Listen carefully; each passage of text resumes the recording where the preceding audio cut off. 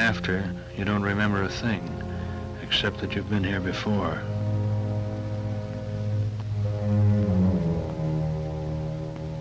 And you're not surprised when they escort you in to meet the officer from the Salvation Army Prison Services.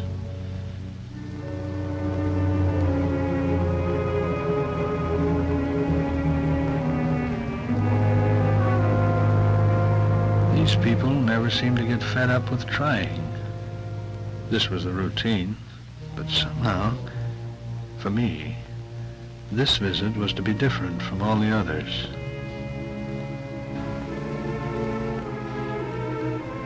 The officer was called away. I was left alone.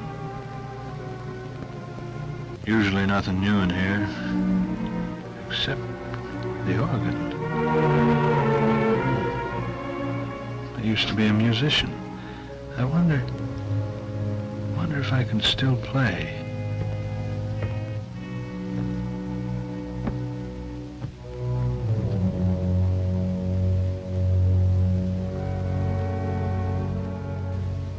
Fingers. I wondered if they were quick once.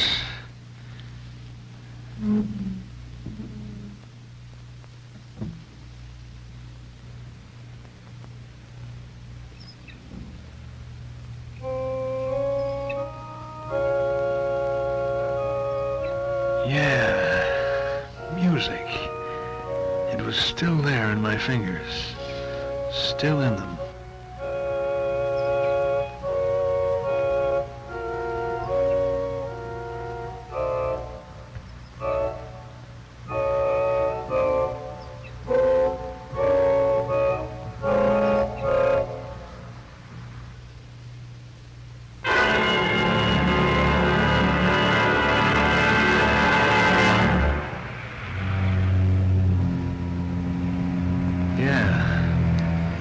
It was different.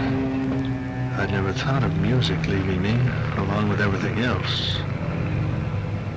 I bummed around for hours, letting my feet take me where they would. I walked for miles that day, or maybe it just seemed like that. But somehow my feet led me, or were led, to Harbor Light.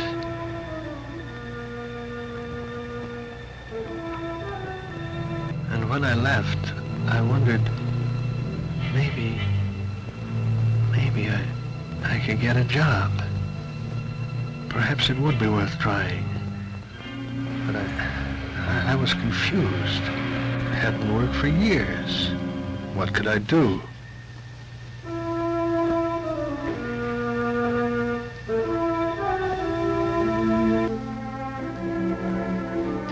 It's hard to tell exactly what did it. But I think that tried the old pump organ, the discords, the visit again to Harbor Light. Finally, the dull truth seeped through. I'd really hit bottom. That's what did it. I'd finally come to see myself as others saw me. I'd looked into my own soul. There was nothing there. It was empty. So I'd come here again, and this time the words were clear. I listened to their invitation.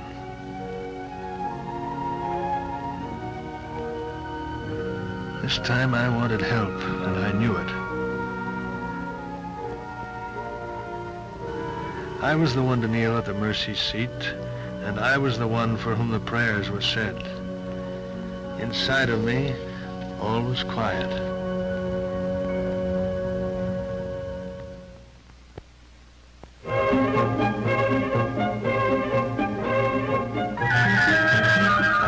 Clean with my conscience, and now I was coming clean with the body.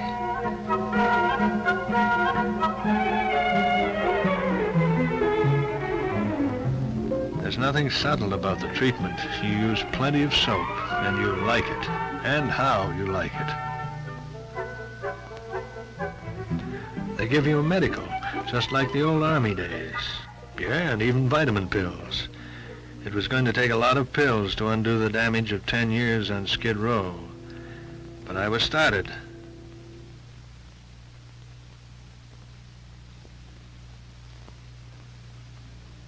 And this was my room.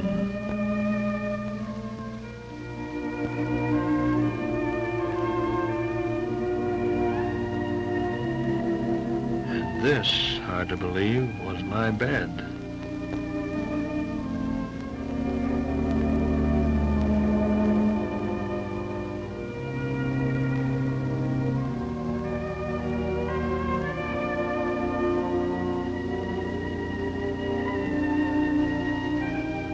How had this happened to me?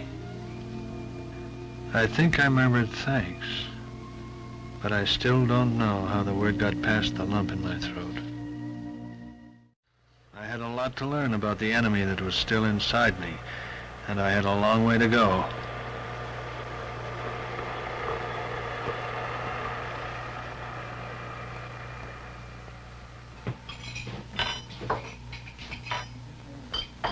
And I had to earn my way, too. And until I learned how to earn it, I had to do all sorts of odd jobs, even dusting. And that's when I came across the organ again. Naturally, I wondered...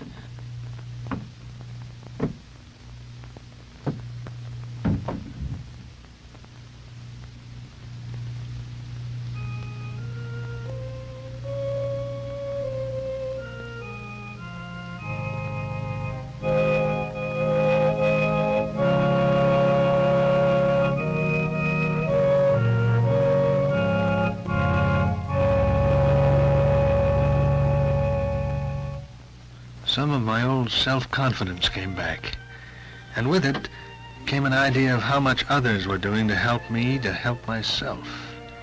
In the study group, I realized that I wasn't the only one making a comeback. We were on trial. Long days, long hours, when only the freedom to come and go seemed to hold life in balance.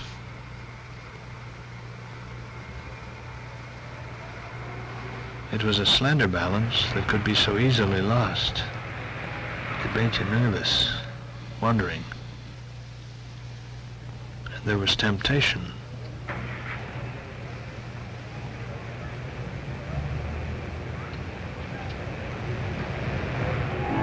Alcohol and my old pal.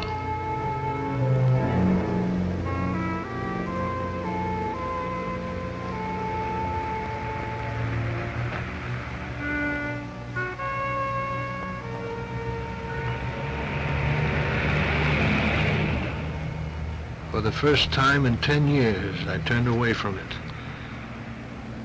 As I walked out of the shadows, the sun was warm and friendly on my back.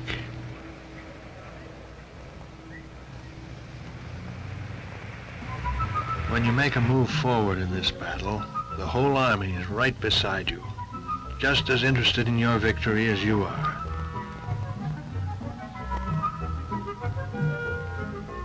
They found I could be trusted with minor chores. Now I'd reached a point where I was recommended for a steady job. Time and effort, the endless patience that the Army had shown in my case were paying off, and the record was on file. Up ahead, I joined with others each Sunday morning to give testimony and to pray for the deliverance of those still in the shadows.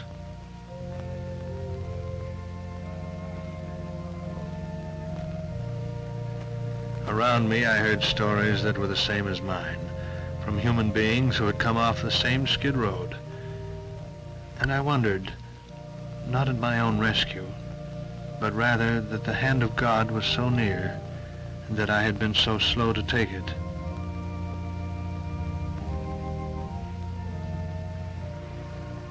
Every Sunday morning, I leave the meeting with renewed faith and new strength. And I have a wife now. She meets me there. She's taken up the task of helping me to find my way back. Believe me, I need the strength of her faith and her trust. And I'm proud to walk down the street beside her.